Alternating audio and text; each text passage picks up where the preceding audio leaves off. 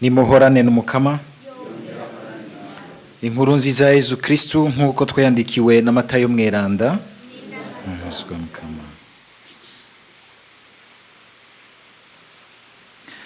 Muri rya minsi Yezu yabariye abigishwa biwe ati, ntimugire ngo nazanywe no gukura amateka canke inyigisho z'abahanuzi, eka sinazanywe no kuzimanganya, naje kunogereza. Kuko ndabibabwiye ivy'ukuri, ijuru n'isi bikiriho, nta n'akadome nta n'akarongo bizova mu mateka vyose bitaranguwe. Uzorenga ibwirizwa rimwe no muri ayo mategeko kandi akigisha abandi kugira nkawe, azogigwa uwa nyuma mu bwami bw'ijuru. Ariko uzoyakora akayigisha, uyo azogirwa mukuru mu bwami bw'ijuru. Dushimagize iyi nkuru nziza ya Kristo.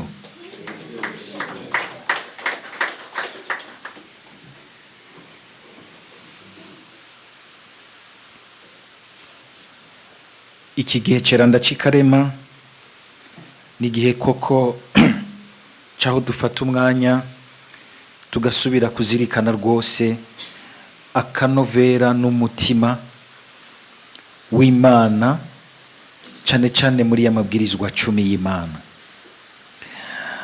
Mu bisanzwe mu Banyisirayeli bobo ntibayita amabwirizwa. Kake tuvuze amabwirizwa ca tumengana uruntu rw'uruboho turemetswe dutegerezwa gukurikiza, ducungerwa ko, tuba evaliwe ko, ugacumengana ikintu wumva nk'ikintu kikuri hanze. Ariko Abanyisirayeli bayita ngo n'amajambo 10 y'Imana. N'amajambo 10 ava mu mutima w'Imana.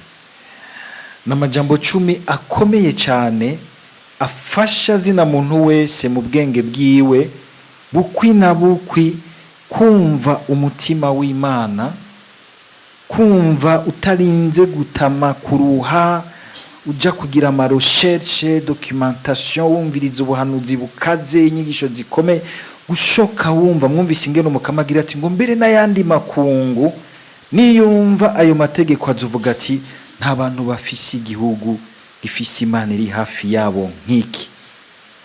Mu bintu bimwe rero Imana itworoherezamwo, iratwumvisha vuba na vuba inzira yayo kugira ngo ntihagire n'umwe ahishwa inzira y'Imana.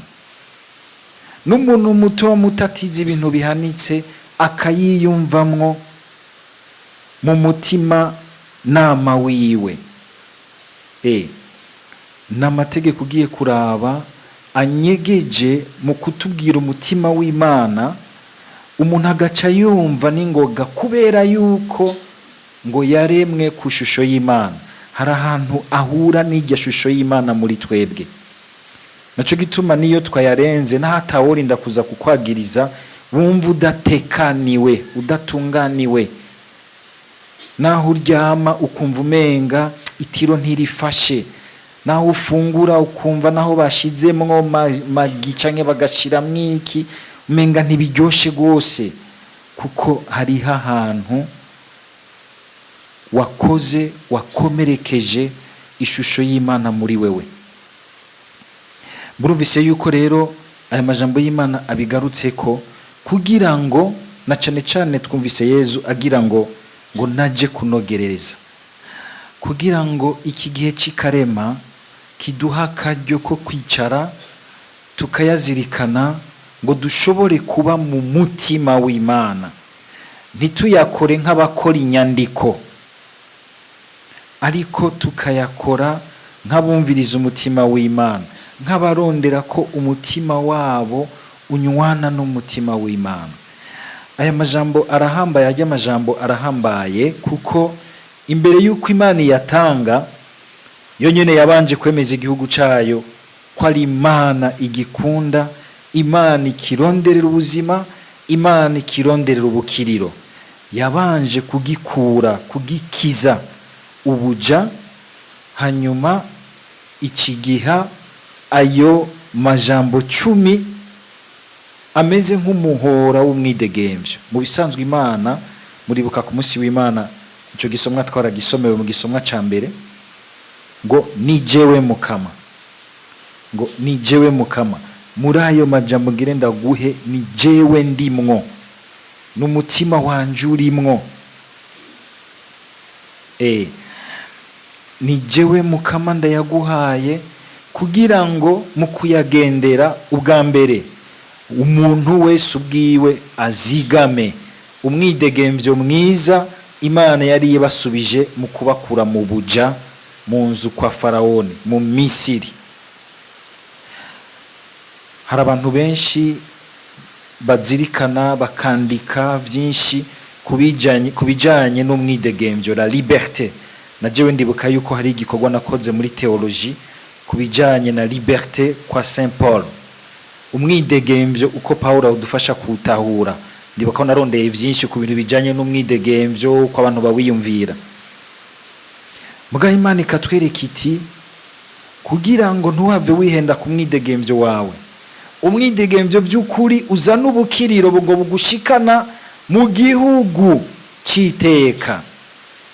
Uwo mwidegemvyo wanditswe muri ajya amajambo 10. Imana imaze kubaho umwidegemvyo agira iti kuko mushobora gusubira gusamara, ko muvuye mu buja, muvuye mu vyara vy'umuntu hitwa Farawoni, mushobora gukorokera mu buja no mu vyara vy'imitima mibi ibagira babi muri mwebwe, mugatakaza umwidegemvyo w'imbere muri mwebwe, ico twita liberté intérieure. Mugatakaza umwidegemvyo uzananye kukugira umutima mwiza. Mwibuke ko Yesu aranatubwira ati ngo nabari n'umutima mwiza bashobora kubona Imana. Kimwe mu bintu Umukama twibukije ngo nuko ngo mu kuyakurikiza ngo bituma ngo Imana ituba hafi. Hari abantu bama twese twama turiko turashaka ico kintu ko twumva Imana hafi. Ndashaka kumva Imana hafi. Mbere abantu bakaza baturesha hariya mu idini yacu, muri sekte yacu, Imana iri hafi gose gumikora ibitangaza. Twese tukiga tugira tuti tubaza ahantu Imana yumvikana ko iri hafi, tanga inyishu z'ibibazo hafi na hafi, vuba na vuba. Ariko Umukama aratwumvishije yuko ukuba hafi we yama hafi yacu, ariko kugira ngo natwe tube hafi yiwe, mbere twumve n'ingene ari hafi yacu, bidusaba ubwa mbere kubirondera muri ajya amajambo 10 y'Imana.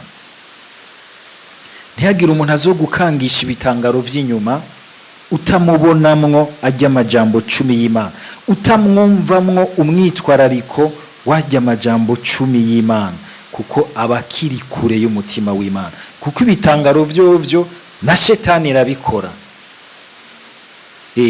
ariko umutima wayo nturi hafi y'umutima w'Imana.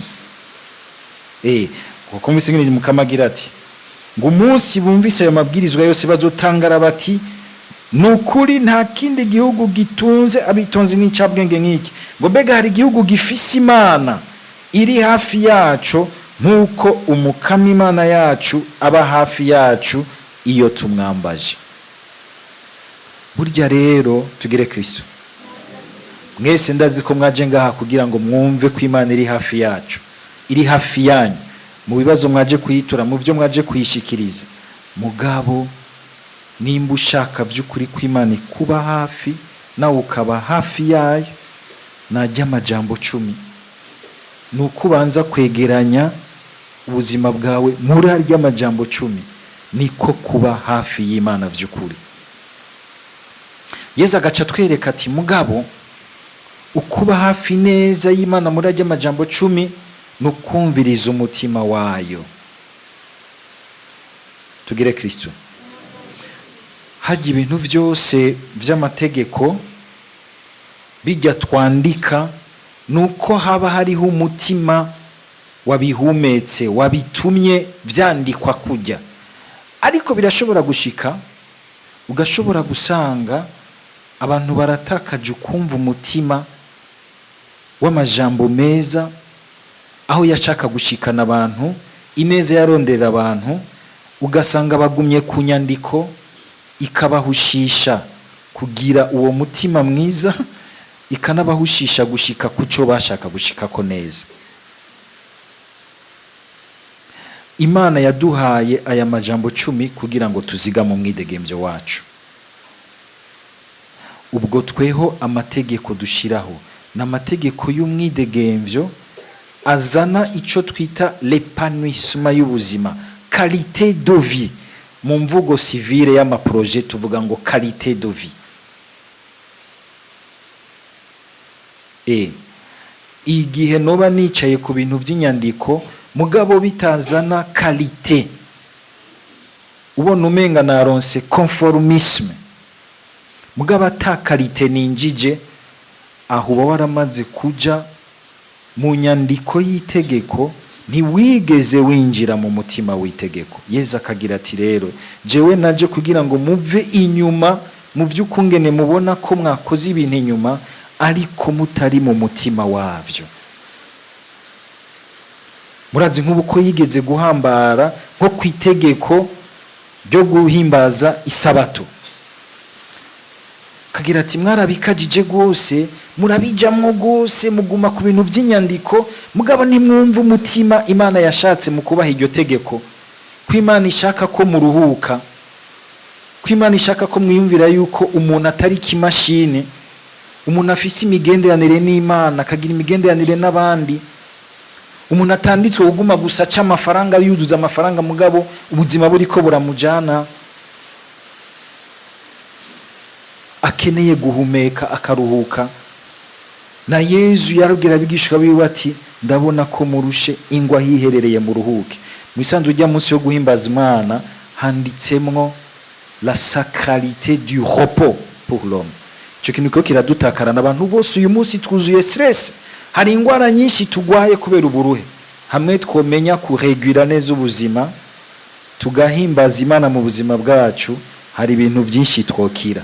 Mugabo urisomye ngaho inyuma gusa ubona ko witavye umunsi w'Imana.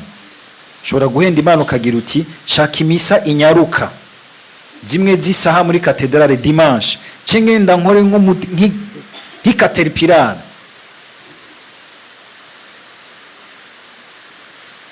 Kandi aho gusa ni ibintu by'inyungu zawe, ntugira uti pfuye ndiko nditangira inyungu y'abandi, ndiko ndarondera umwidegemvyo n'ubuzima bw'abandi. Ejo muri sizo umuntu yagize ati yaba naye ndabishoboye ndumva ko noshatse kugira ikigwa c'umurindi ubuzima bugendera ku uyu munsi, bugasanga buriko buriyica, bwibaza ngo buriko burashikira ibintu vyiza. Sinzi mwaregeze kubona mu misi heze kuri WhatsApp umuntu apfungiwe imbere inoti y'amahera, akagenda yiruka, mugabo uko yiruka niko na ya mahera yegera imbere, ntiyigera yashikira gushika ruhe agwe mu cobo, na ya mahera babimuhambane atigeze yashikira.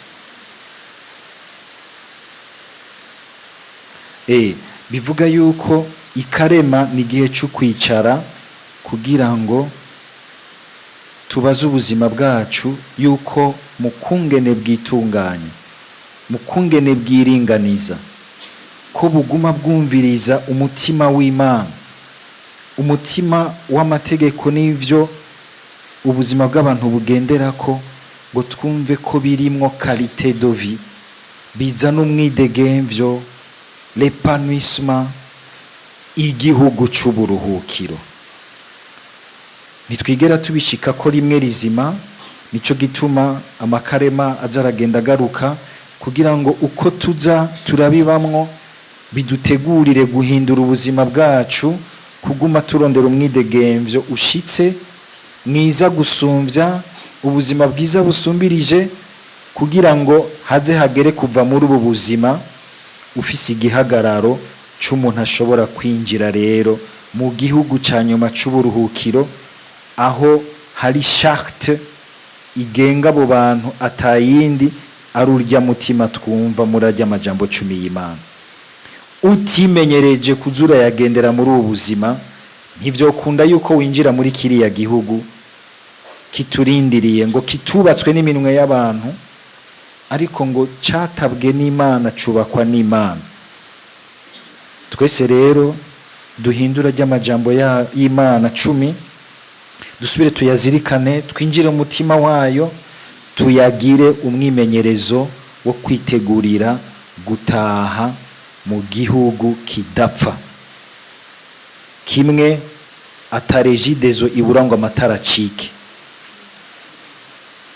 kimwe atamazi abura, kimwe atanzara ibayo, kuko uriyo acakiriza akakibera umuco, muri wa muco wiwemeye kuzuremera kwakira, akagifungurira wenyine, akaba imfungurwa yaco muri ya nzimano yama ariko araduha, wenyine akaba ubukomezi bwaco muri bwa bukomezi bwa mutima yamaduha igihe cyose twemeye gushira hashize. Amen.